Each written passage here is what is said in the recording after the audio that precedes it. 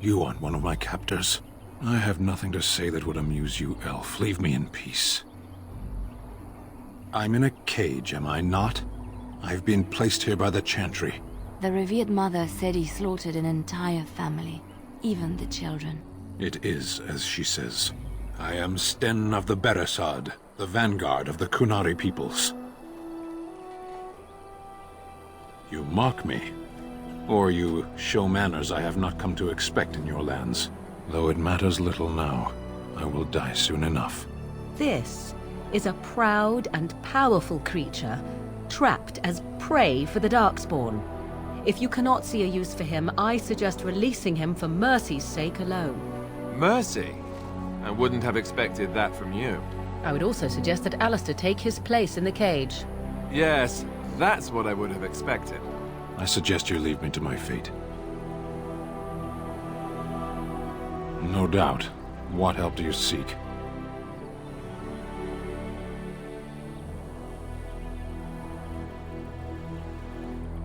Importance is a matter of perspective. From here, very little seems meaningful.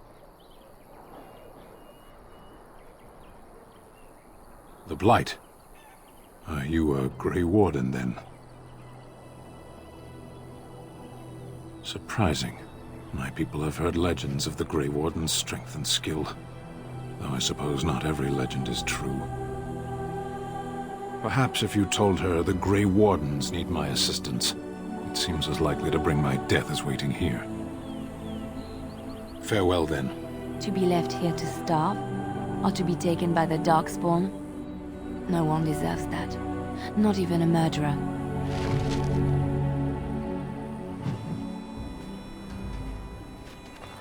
You wish something more of me? My preference is death in battle. Failing that, I will wait for the Darkspawn. I have been convicted of murder. Have the villagers not spoken of this? The people of a farm hold 8 humans, in addition to the children. Are you asking if I feel guilt or if I am responsible for the deed?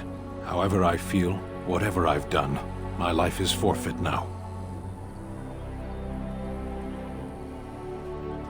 20 days now. I shouldn't last much longer, another week at most. Compared to your kind, maybe. There is no difficulty in capturing prey that surrenders. I waited for several days until the knights arrived. Because I wished to. Either you have an enviable memory or a pitiable life to know nothing of regret. To be left here to starve? Or to be taken...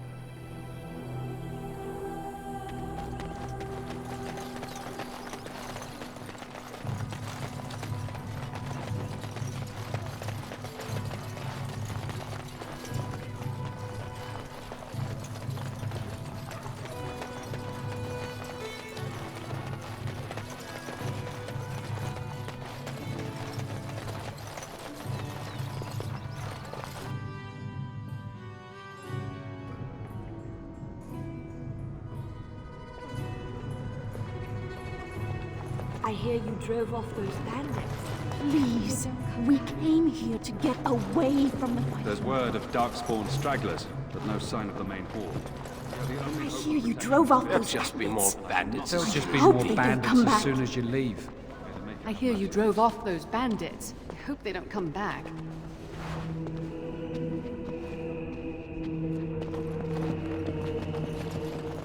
Please, we came here to get away from the fighting.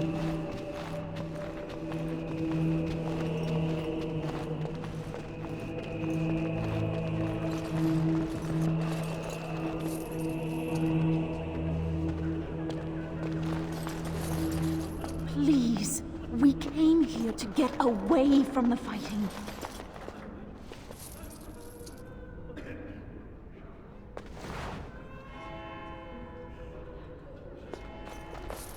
We were lucky. We had the coin to pay the toll to those bandits. Many didn't. Are you here to see the Reverend Mother too?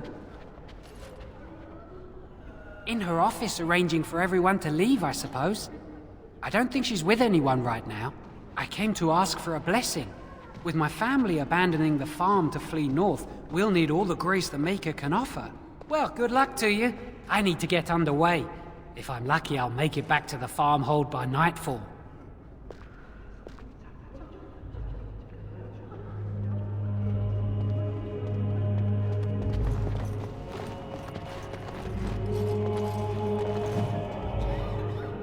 I hear you drove off those bandits. I hope they don't come back. A few knights have come through here, searching for some It's holy done. artifact. Not I one of them almost feel stopped to sorry help. for the Kunari locked in that cage. It won't be able to defend itself from the Darkspawn.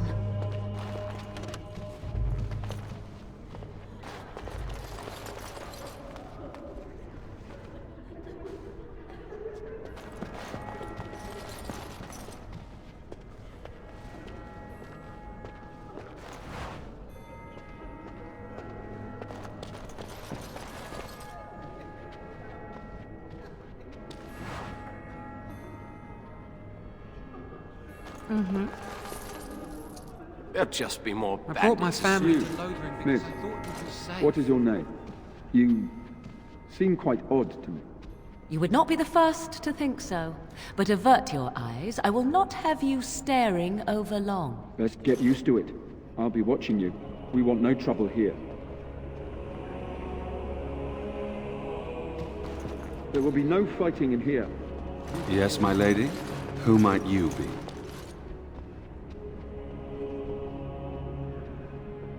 I am Sir Bryant, commander of Lothering's remaining Templars. You don't seem like the other refugees. Are you one of Arl Eamon's knights? I tell you what I told the others. Nothing here will assist your quest. The Urn of Sacred Ashes is a myth. A mythical relic of Andraste. One of the Arl's knights, Sir Donnell, is here searching for fantasies. Well, never mind. Ask him if you care about this foolishness. They are. With the ban having taken his men north, the village is left to its fate. We will evacuate as many as we can before the horde reaches us. I will stay as long as I am needed. Now, unless there's something else you need. I see. That is certainly worthy of notice. Tern Loghain declared all Grey Wardens traitors responsible for the King's death. You know this, I hope. I don't believe the Grey Wardens would be as careless or malicious as the Tern claims. But either way, there it is. It is best you not linger, though. Just in case. The revered mother leads this flock. I merely command her Templars. Normally, our role is to protect the Chantry and seek out unsanctioned magic. For now, it is all we can do to protect the innocent. We have more than swords at our disposal. We're taught to dispel unholy magics as well. If only our powers work to keep away the Darkspawn. Alas, it is not so. In her study, no doubt, preparing what she will take when we eventually evacuate. Our ban was summoned by Tern Loghain, and he took his soldiers north with him. Lothering has been abandoned. If the matter is important, certainly. I was there at the farmhold. The beast stood there, wet with the blood of the children.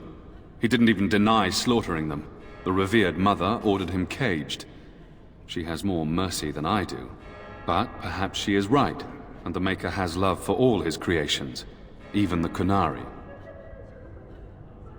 You can ask the revered mother. I say let him rot until the Darkspawn claim him. Other than the Darkspawn horde bearing down on us, none of it is good. Tern Loghain is set to declare himself king, I hear. Disaster piled on disaster. None that we know of. Tern Loghain has no legitimate claim on the throne. He may be a hero, and his daughter may be queen, but he is a commoner. And the king's corpse is barely cold. If Arl Eamon was able to intervene, perhaps it would not have gone this far. I do not care who takes the throne. Only fools fight over who owns a cottage while it burns down around them. Now, unless there's something else you need. I cannot openly help you, I fear, but here, take this key. It opens the large cabinet on the far wall. There is more there than we can carry when we evacuate, so take what you need. Maker's breath, how many times must we drive them off?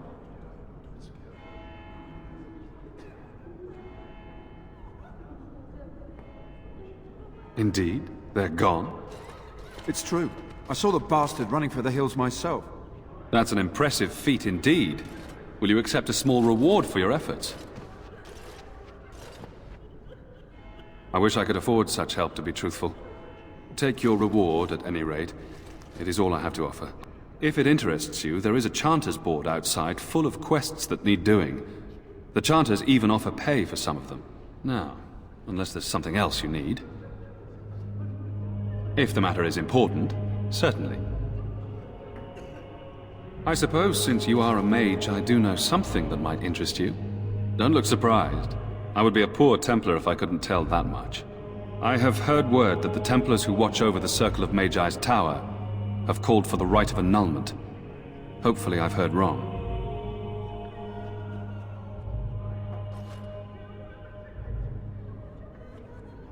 To have such a call when mages are needed to fight the Darkspawn, something terrible must have happened. I have nothing else to tell you. The only news I care about is the approaching horde. Now, unless there's something else you need. If the matter is important, certainly. Now, unless there's... Travel safely, and may the Maker watch over you. Greetings, Grey Warden. What can I... Travel safely.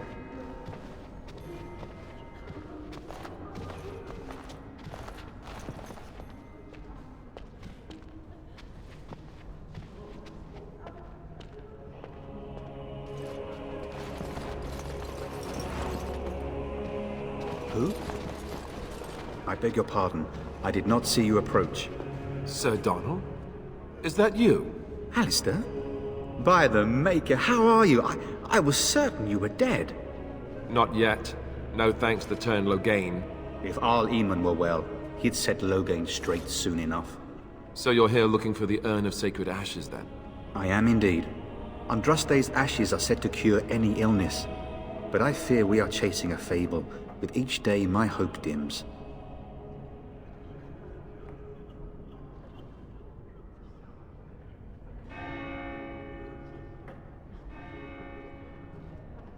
Why is that, if I may ask? I see. The Arl is a popular man, it's true. Turn Logain, however, is a hero throughout Ferelden. Whatever the Turn has done or not done, the Arl remains ill, or worse. That is my primary concern. He may be dead already. Or perhaps his luck has changed in the weeks I have been gone. We should see what's happening in Redcliffe ourselves. I believe that now more than ever. If nothing else, I am certain you would be welcomed at Castle Redcliffe. The Arlessa is there, and she could tell you more than I could. My mission takes priority. But I fear I shall be returning to Redcliffe with nothing to show for my efforts. I expected to take advantage of the Chantry's library, in fact, but my skills are better suited to battle than chasing down tales. Supposedly, the urn contains the ashes of the prophetess Andraste. Surely you know all this. If you're truly interested, there are books here containing a great deal of lore. Nothing I have found leads me to believe that this was anything more than a quest of desperation. I intend to return to Redcliffe soon and tell the Arlessa exactly that, once Sir Henrik arrives.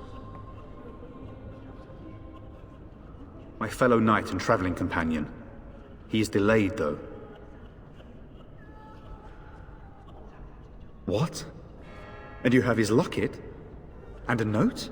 Maker's mercy. Thank you for giving me these. I would never have known otherwise. Thank you. I wonder how many of us have met similar fates on this mad quest. With Henrik gone, I need to return to Redcliffe.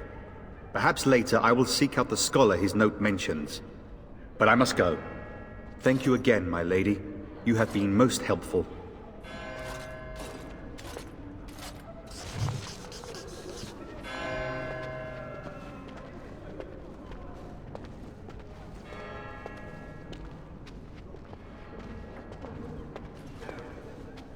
And when the Maker spoke, I want to go home. Scattered in the I want to go home. Word I hear you drove off those bandits. I hope they don't come back. Let those who cry out from the shadows be comforted. Let those who seek redemption be delivered. Let those who have sinned be forgiven. And when the chant spreads across all four corners of the world, let it rise at last to the ears of the Maker. Let him hear our unwavering... It's terrible. So many come to Lothering, seeking refuge, only to find that we can offer little more than prayer. Does the Maker see our plight? Is he moved by this destruction? I apologize. The Maker's plan is too grand for me to fathom, especially at times like this. The revered Mother presides over the chantry, and Ser Bryant leads the few Templars guarding us. The Chant of Light. Surely you know it. The entire chant takes weeks to sing, and is only done straight through at the Grand Cathedral in Val Royeaux.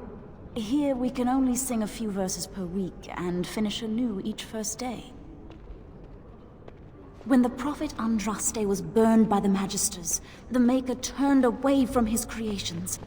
We gain his forgiveness by spreading Andraste's teachings. The Maker will return when the chant is sung from the four corners of the world.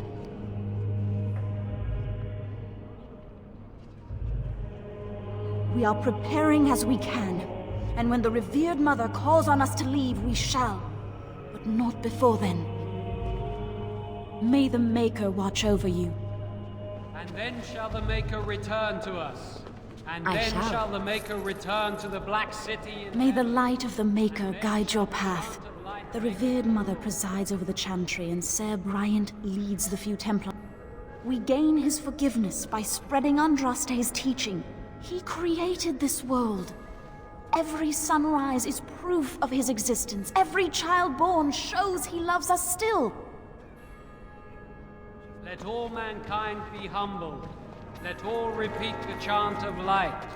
Only the word dispels the darkness upon us. And when the Maker spoke, chant of light scattered in the darkness. The word dispelled fear and ignorance. Let those who cry out from the shadows be comforted. Let those who seek redemption be delivered. Let those who have sinned be forgiven. And when the chant spreads across all four corners of the world, let it rise at last to the ears of the Maker. Let him hear our unwavering faith. Let him hear our righteous dedication and enduring perseverance. And then shall the Maker return to us. I want to go home. There'll just be more bandits as soon as you leave. I'm sorry, but I must prepare the chantry's vestments before we flee. There is very little time. Let all mankind be humbled. Let all repeat the chant of light. Only the word dispels the darkness upon us. And when the Maker spoke, chant of light scattered in the darkness. The word dispelled fear and ignorance. Let those who cry out from the shadows come. We came here to get away from the fighting. Those who have sinned be forgiven.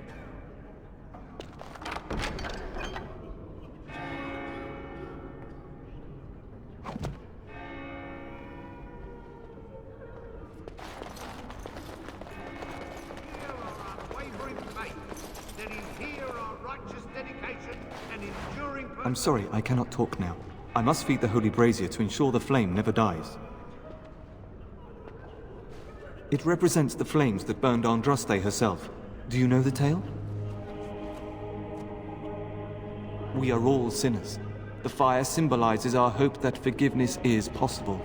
Thus, we all serve by feeding its flames. Of course.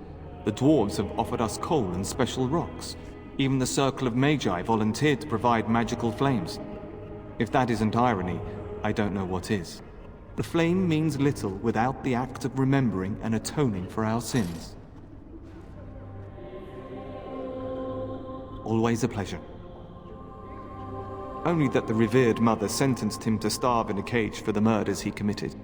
Perhaps the Darkspawn will take him if he's not dead already. The revered mother is in the other room, but Sir Bryant can probably answer your questions. I wish you well. And then shall the Maker return to us. And then shall the Maker return to the Black City in heaven. And then shall the chant of light make it pure. Let all mankind be humbled. Let all repeat the chant of light.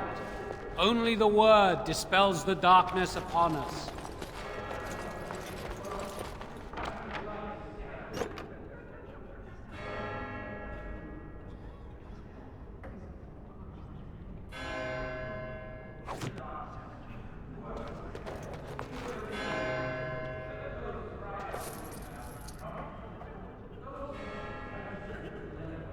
I shall. Yes? What can I do for you? I knew this time would come. I should have listened to my sister. Sure, sign the paper, she said. You'll enjoy some coin now, but they'll be back. I guess I'll see you on the front lines. And when the chant spreads across all four corners of the world, let it rise at last to the ears of the Maker. Let him hear our unwavering faith. Let him hear our righteous dedication. Greetings, and welcome to the perseverance. And then shall the Maker return to us. And then shall the Maker return to the Black City in heaven. And then shall the chant of light make it pure. Let all mankind be humble. Let all repeat the chant of light. Only the word dispels the darkness upon us.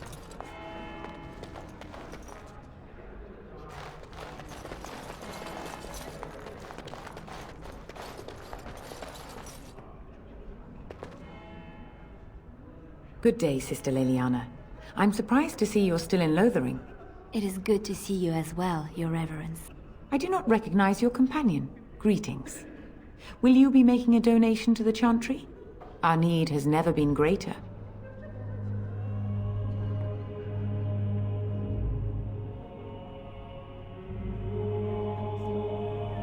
I am the revered mother of this Chantry. Traditionally, those who seek my blessing tithe first. Might I suggest 30 silver?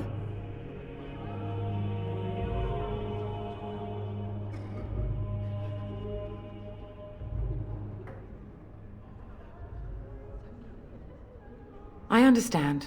Not all are wealthy enough to spare even a few coins for the Maker's favor. What can I do for you then?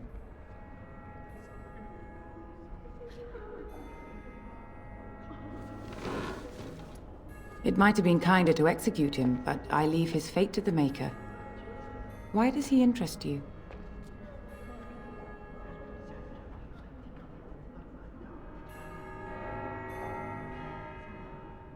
Then his next victims might count you and me as their murderers.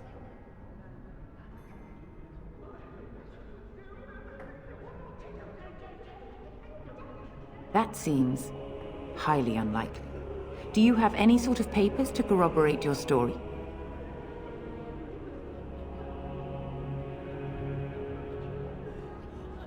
A Grey Warden? Oh dear, I will have to ask you to leave before you bring trouble on our heads.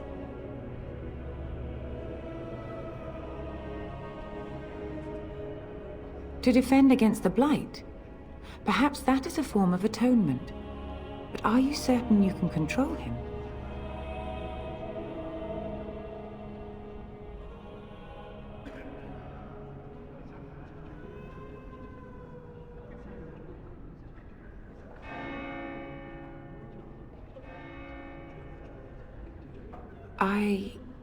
No, I cannot.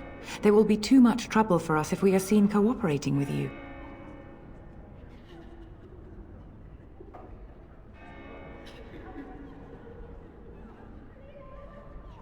The Maker cares no less for that Canari's victims than for the thousands who fell in Ostagar. Now, good day. And when the chant spreads across all four corners of the world... Yes? What can I do for you now? I cannot help you without risking the safety of this village and Chantry. The best I can do is keep your presence a secret. I am sorry. Now, if there is nothing else? For a Grey Warden? Yes, you have a difficult road to walk, don't you? So let it be. Now, if there is nothing else? Again, we have already discussed this, and I told you I would not release the creature.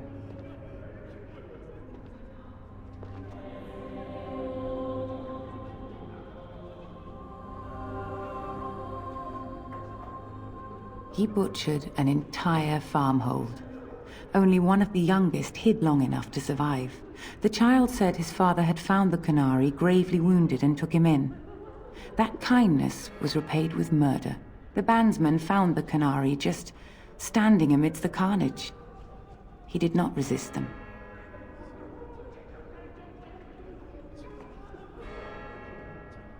He confessed quite readily, but would give no reason for the crime.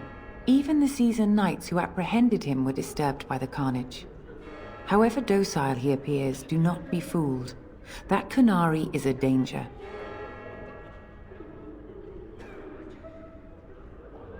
The Maker demands justice, regardless of his race. And what do you say on this, Leliana?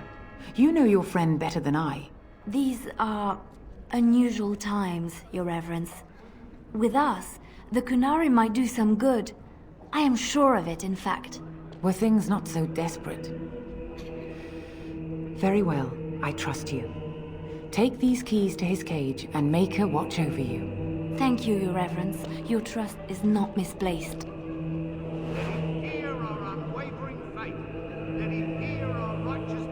Yes? What can I do for you now? May the Maker go. And then shall the Maker return to us. And then shall the Maker return to the Black City in heaven. And then shall the chant of light make it pure. Let all mankind be humble. Let all repeat the chant.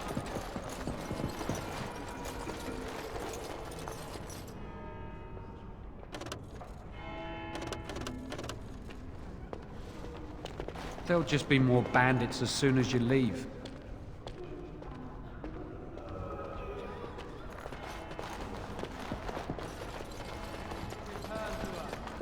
And then shall the Maker return to the Black City in heaven.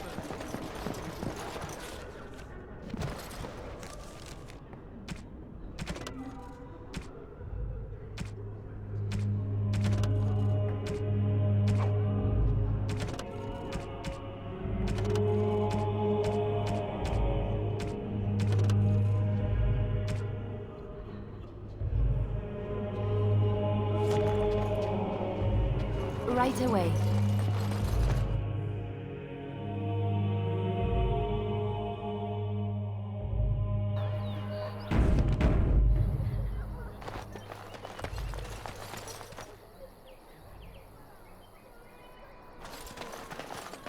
Yes?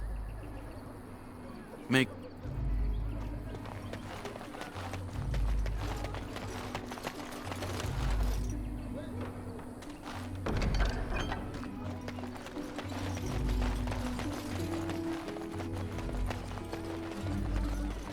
So tell me something, Morrigan. Did you live there in that forest your entire life?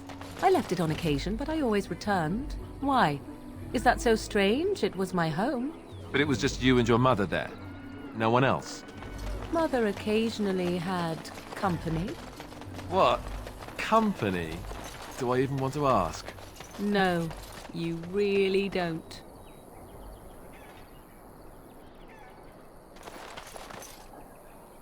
You wish something more of me? I confess, I did not think the priestess would part with it. So be it. Set me free and I will follow you against the Blight. And so it is done. I will follow you into battle. In doing so, I shall find my atonement.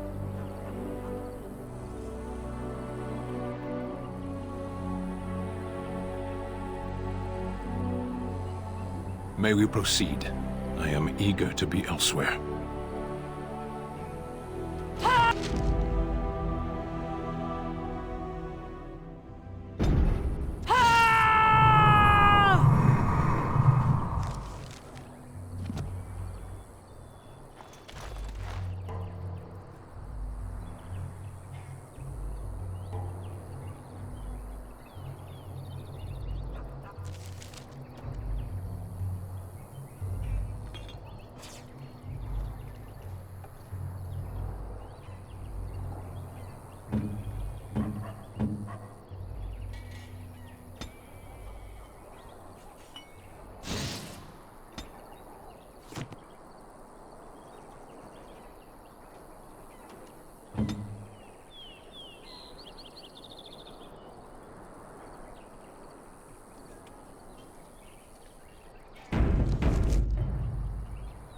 What do you need? Ask away. I already said I wouldn't.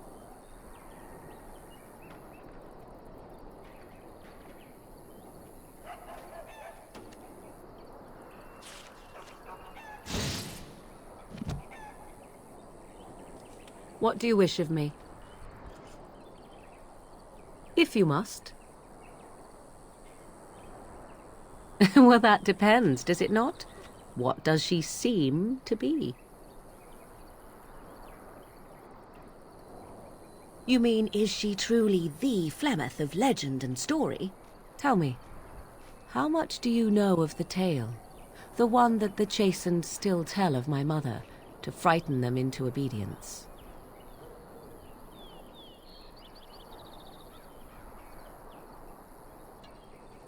I can relay what Flemeth once told me herself, and you can decide whether or not 'tis the truth, if you desire. As the tale is sung by the bards, there was a time when Flemeth was young and beautiful, a fair lass in a land of barbarian men, the desire of any who saw her. Many centuries before this land was even named Ferelden. The tales say that Flemeth fell in love with Osen the Bard, and fled the castle of her husband, the dread Lord Conobar, and that he swore vengeance for her infidelity.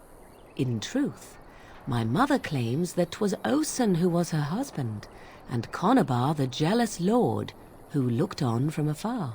Lord Conobar approached young Osen and offered him wealth and power in exchange for his lovely wife, and Osen agreed. The life of a bard is a poor one, and love fades in the wake of hunger. 'Twas Flemeth who suggested the arrangement. All would have been well had Lord Conobar kept his end of the bargain. But he was a foul man who bargained with coin he did not possess. Osen was led off to a field and slain, left for dead. Flemeth spoke to the spirits and learned of the deed, and swore revenge.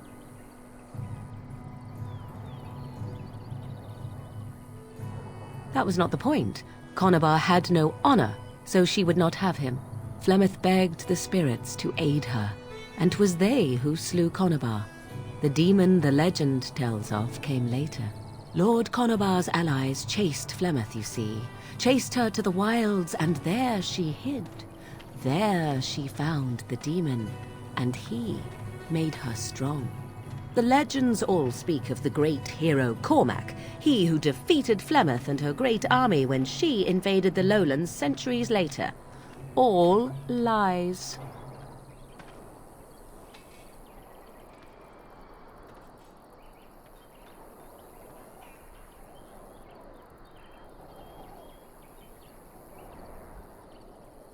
You would be surprised at how little my mother cares for what I or others think of her past. The truth of the matter is that there was never an invasion. As Flemeth tells it, the Chastened never raised an army under her banner, and she never fought with any warrior named Cormac. Cormac led a brutal civil war against his own people, and later claimed it was to vanquish evil that had taken root amongst the lords. Thus, he was hailed a hero. Flemeth was only attached to the legend much later. Perhaps 'twas due to the great war with the Chastened that eventually came, but Mother claims not to know how it began.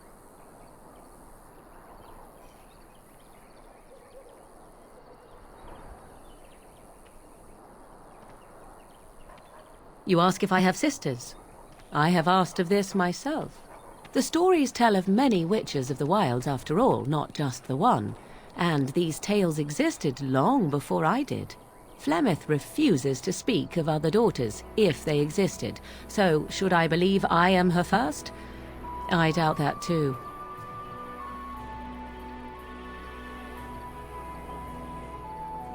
The demon within her has transformed her into something else. An abomination, perhaps some would say. I know not. I only know my mother is clever, and she is part of the wilds as it is part of her. But she is no immortal. She bleeds. A blade in her heart would kill her like any other. were it lucky enough to find her.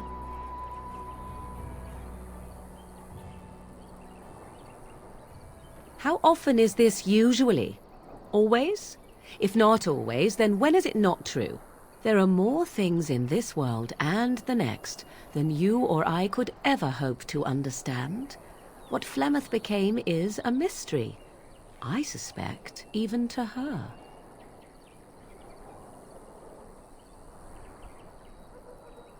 I do not believe everything that Flemeth claims. Oft it seems her bitterness has coloured her memories. But on the whole, yes, I believe this tale, if not all. Flemeth tells it with far more embellishment than I, but you are welcome.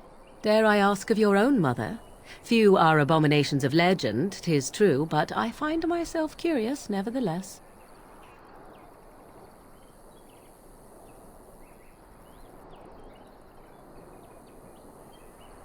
I see. I find myself a little envious, to tell the truth. But it matters not. Let us move on. What do you wish of me? We are hardly alone, so privacy is not an option. It is your question, however. Ask what you will. What do you wish of me? If you must. My mother has been hunted from time to time, yes, by Templar fools like Alistair, which should tell you how successful they generally were. Flemeth made a bit of a game of it, in fact. The Templars would come again, and she would look at me and smile and say that the fun was to begin once more.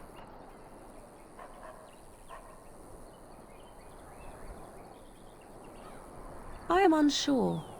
I was too young to understand, and perhaps 'twas bravado on Flemeth's part, or perhaps she was merely amused. I will never know. Flemeth would warn them once. 'Twas a warning they inevitably failed to heed. And then the true game began. Often Flemeth would use me as bait, a little girl to scream and run and lure the Templars deeper into the wilds and to their doom.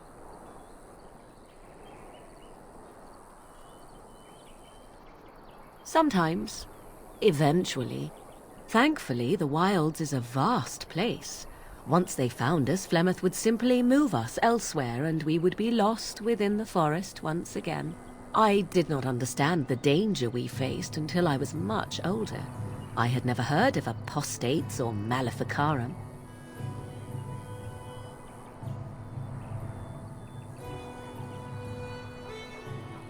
Perhaps they did. Still, I do not begrudge them doing what they believe is necessary. The Chantry sees any mages not leashed to the Circle of Magi as apostates, and apostates could become maleficarum, evil mages that resort to blood magic and become demon-enslaved abominations. It may even be true, still, those of us who prefer freedom see no reason to submit.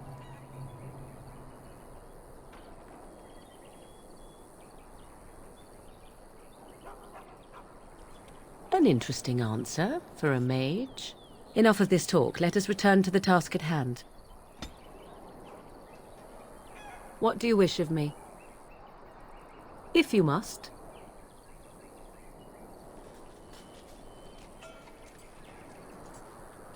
What do you need? Ask away. Such as they are. About the... What do you need? Yes. Lothering? I think it started as a settlement by the river, and then grew when it became the place where two roads met. There are always people in Lothering, but many are just passing through. Yes? Well, here I am. I knew this would come up sooner or later. I don't know how to explain. But I had a dream. In it, there was an impenetrable darkness. It was so dense, so real. And there was a noise, a terrible, ungodly noise.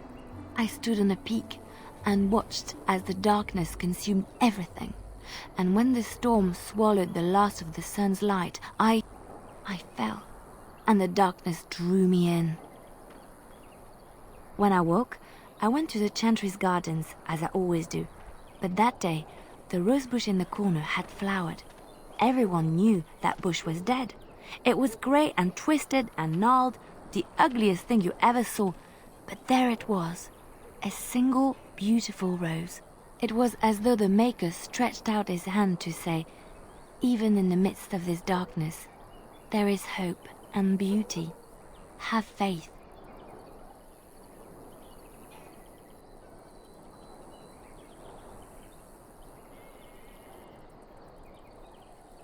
In my dream, I fell, or maybe I jumped.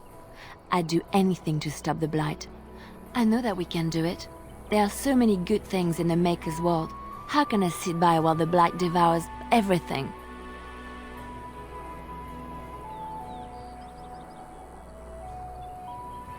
That is why you're a Grey Warden. Come, there's a Blight to stop.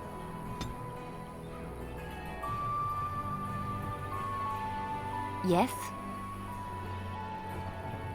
Well, here I am. Quiet. It was a life suited for contemplation. In the cloister, away from the fuss and the flurry of the cities, I found peace. And in that stillness, I could hear the Maker. But it was not perfect. Some of my Chantry fellows were condescending.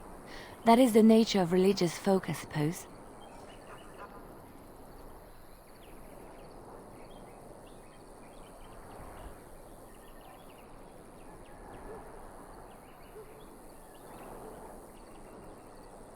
When I talked about my beliefs, that the Maker reveals himself in the beauty of his world, they treated me with disdain.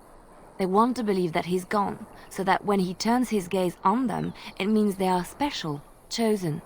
He cannot possibly have love for all, the sick and the weary, the beggars and the fools.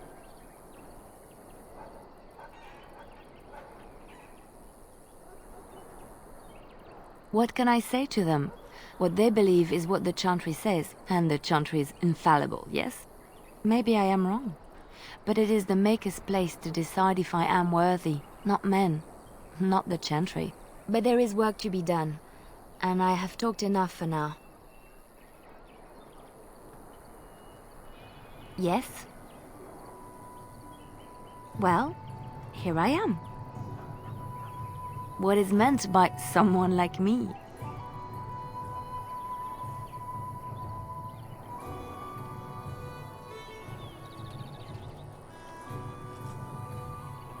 And there were no beautiful, charming women in the cloisters, you think?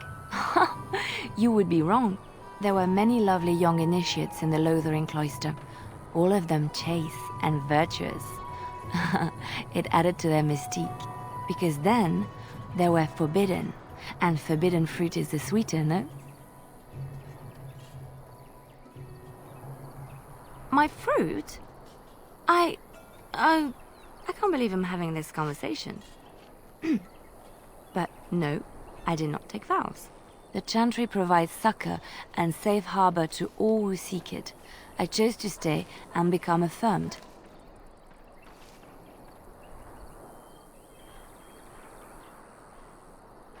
We affirm our belief in the Maker, in Andraste and the chant, but other than that, there are no vows taken.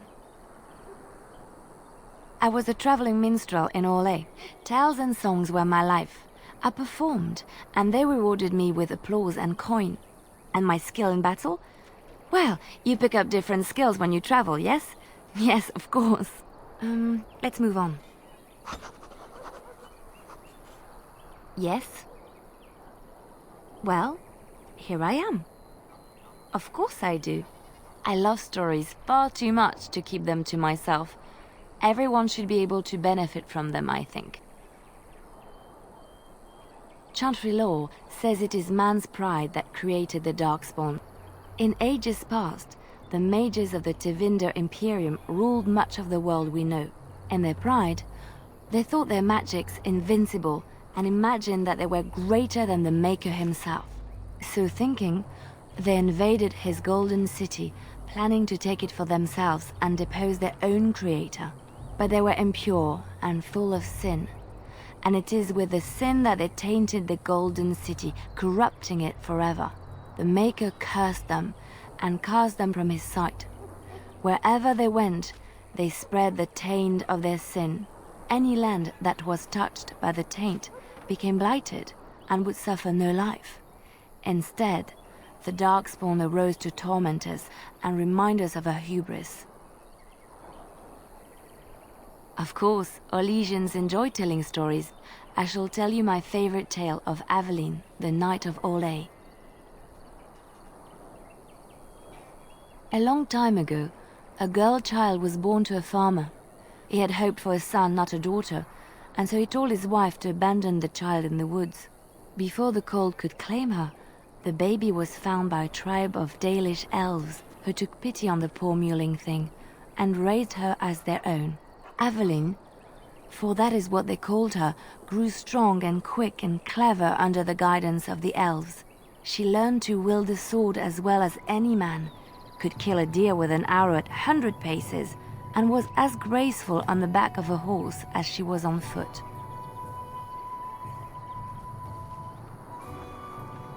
Many legends have familiar forms and themes. We enjoy them so because we know them. Aveline's Dalish guardians saw that she could easily best any Orlesian chevalier in battle, and wanted to show the cruel humans the child they had left to die. They bestowed upon her a fine horse and armor, and sent her to prove herself to her people in the grand tourney. Now in those days, no woman was allowed to take up arms, let alone compete in the grand tourney, but Aveline kept her helmet on and was not discovered. Aveline won many events and gained the approval of the adoring crowd. Eventually, she came face to face with the knight Kaleva in the grand melee. Aveline had already bested him in the joust, and Kaleva was determined not to lose a second time. Out of desperation to regain his honor, Kaleva tripped Aveline and tossed her to the ground, ripping off her helmet as he did so. Silence fell upon the arena as Aveline was revealed. Kaleva declared the previous competitions invalid. A woman had taken part, and this was not allowed. But the crowd cheered for Aveline. Kaleva was furious, for he had lost to a woman and was now being shamed. Blinded by his rage, he forced Aveline to her knees. "Know your place, woman," cried he, and slit her throat. The son of the king, Prince Freyan, was present. He recognized Aveline's skill and bravery and began to see the injustice done to the women in his land. When he was made king, he rewrote the laws of Orlais so that women could also become chevalier. He honored Aveline and knighted her after her death. And to this day, any female who is knighted reveres Aveline the Brave, for she is the patron of all women chevalier.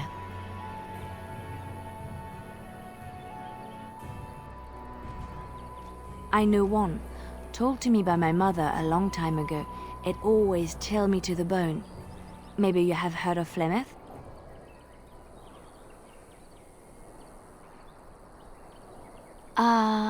Are you sure? Was she the Flemeth of legend? Flemeth, the devourer of men? Flemeth, mother of witches? Flemeth, demon-touched, who dwells in the mists?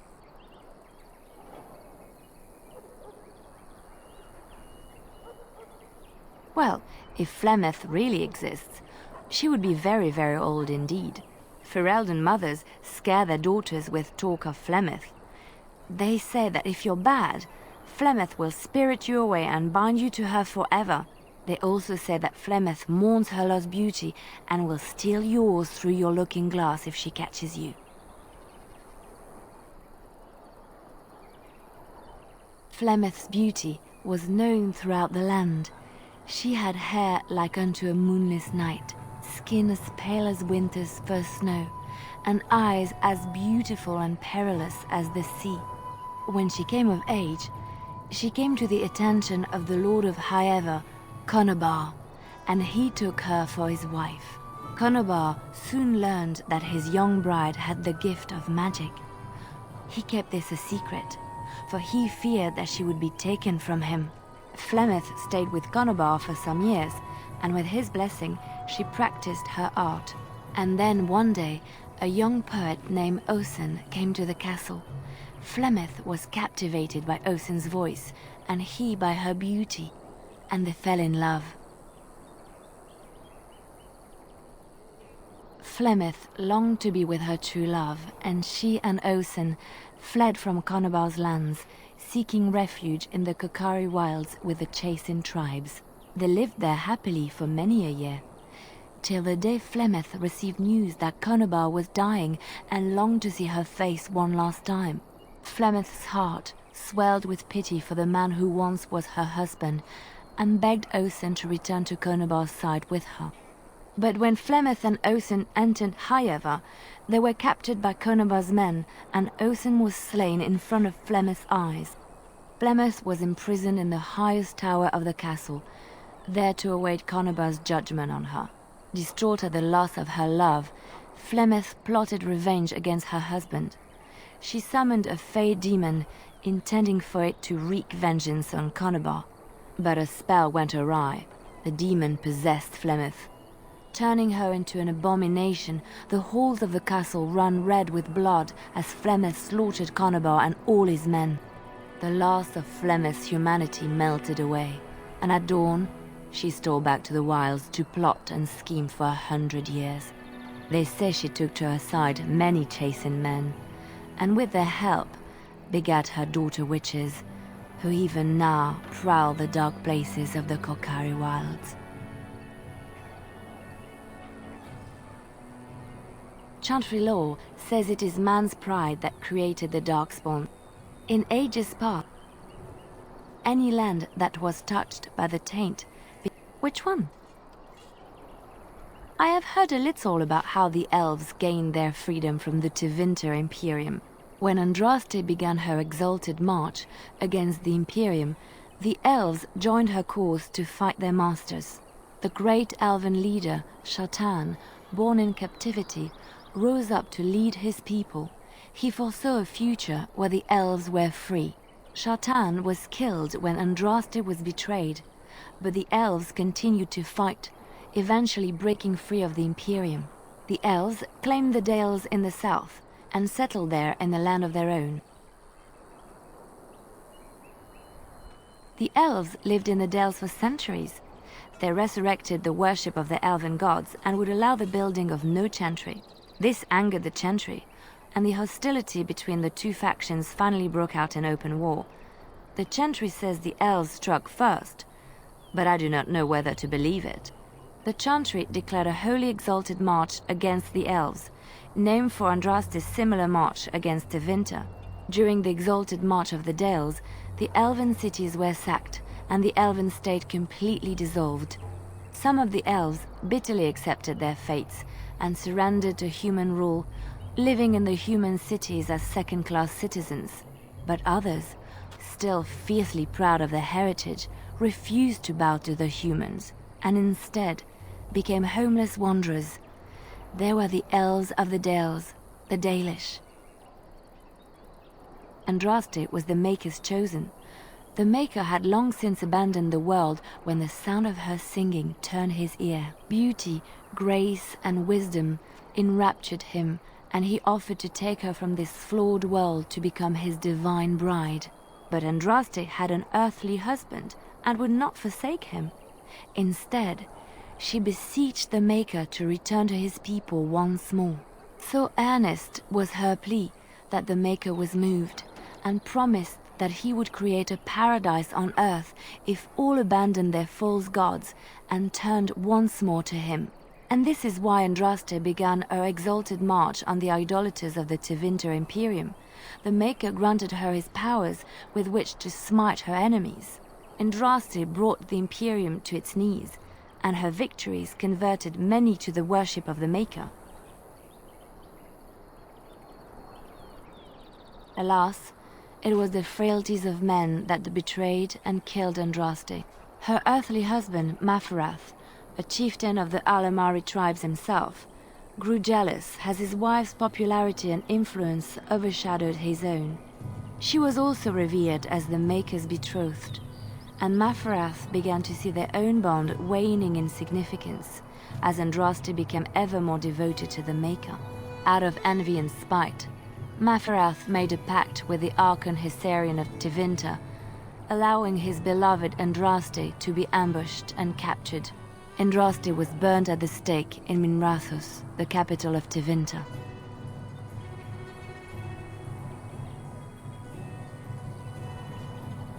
The Tevinter Chantry claims that in Andraste's last moments, Hessarian's heart softened, and he heard the voice of the Maker telling him to end her suffering. He plunged his sword into her heart, and as her blood washed over his hands, he became one of the faithful. Dissenters said that the Archon only converted because he could not stem the tide of Andraste's cult, and was forced to do so to stay in power. We will never know for sure.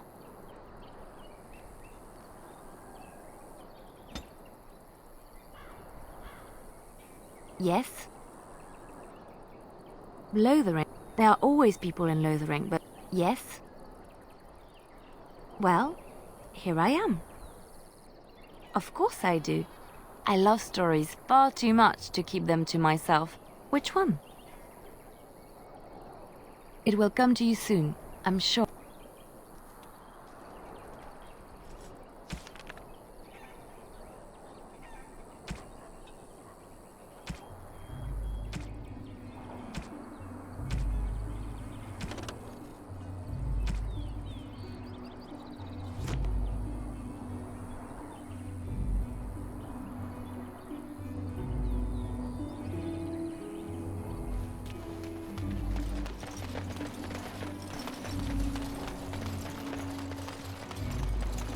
It will be done.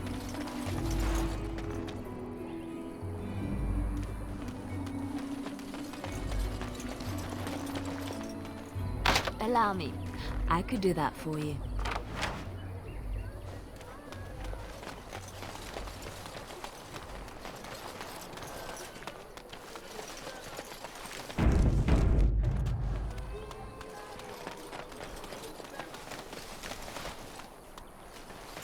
As you say.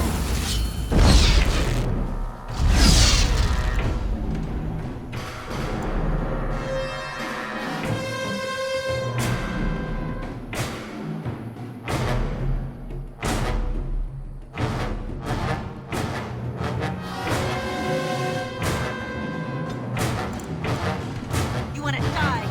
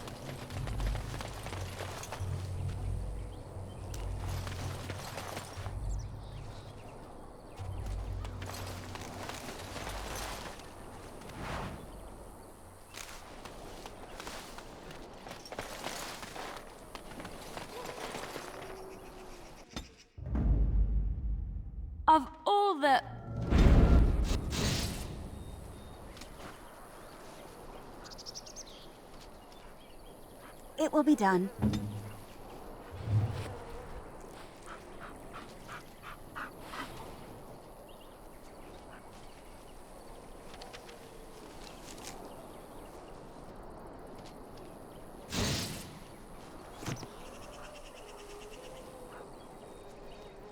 Do this, do that.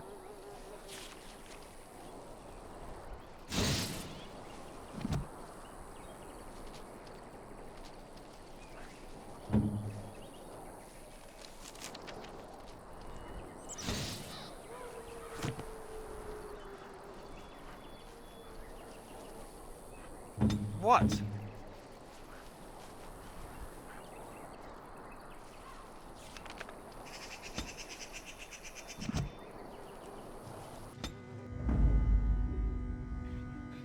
Indeed.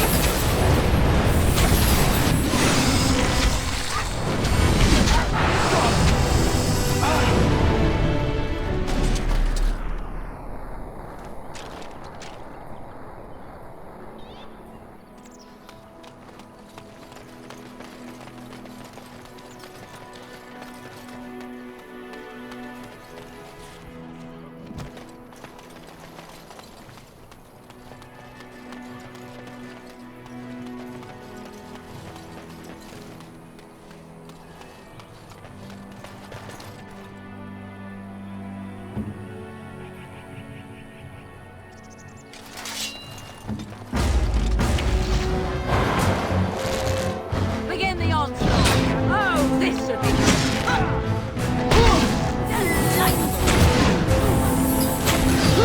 Let's land it.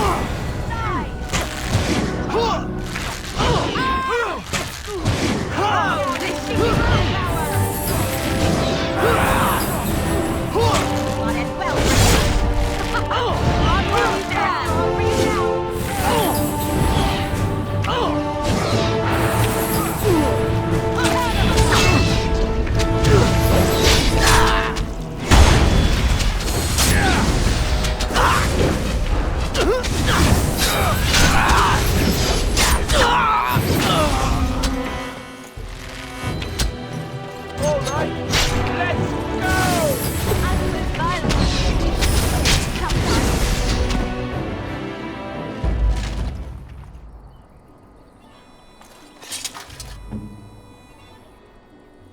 As you say.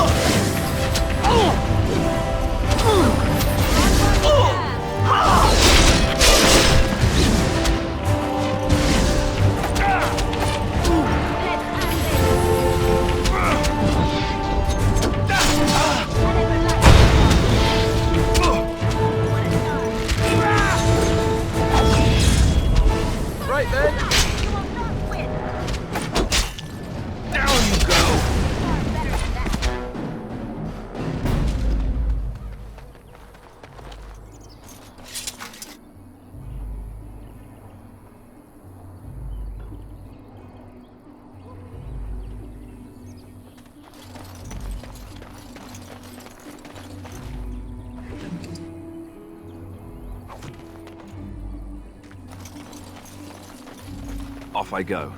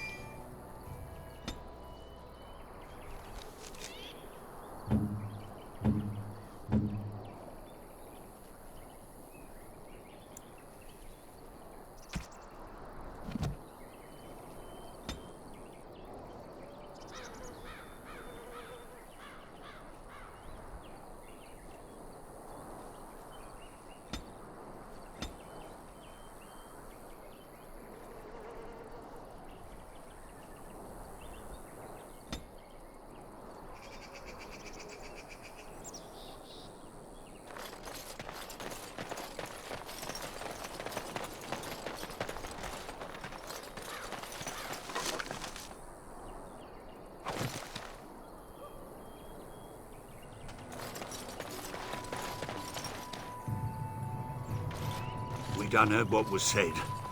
You're a warden. I don't know if you killed King Kalen, and make her forgive me, I don't care. But that bounty on your head could feed a lot of hungry bellies. Attack!